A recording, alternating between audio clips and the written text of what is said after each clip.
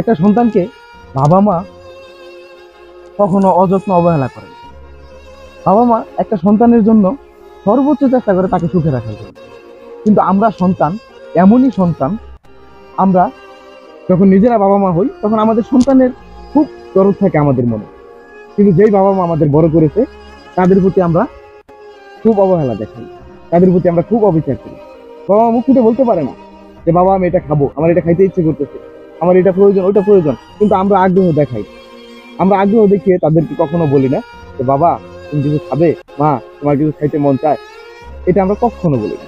আমাদের সন্তানের স্কুলের বেতন দিতে আমাদের কার্পণ্য হয় না, তাদের মজা কিনতে আমাদের কার্পণ্য হয় না, তাদের জন্য বিভিন্ন নতুন নতুন কাপড় কিনতে আমাদের কার্পণ্য হয় না। কিন্তু কার্পণ্য থেকে যায় বাবা মার প্রতি। বাবা মাকে একটা সময় গিয়ে বোঝা মনে হয়। অথচ সেই বাবা মাই বুকের সাথে আগলে রেখেছে। এত কষ্ট, এত যন্ত্রণা থাকার পরও কখনো আমাদের সেই কষ্ট বুঝতে দেয়। এত কিছুর পরেও আপনি কি বলতে পারেন যে আমি মানুষ, মানুষের পর্যায়ে আছি, আমাদের ভিতরে মানবিকতা আছে? এই প্রশ্নটা আপনাদের মাঝে আমি রেখে গেলাম।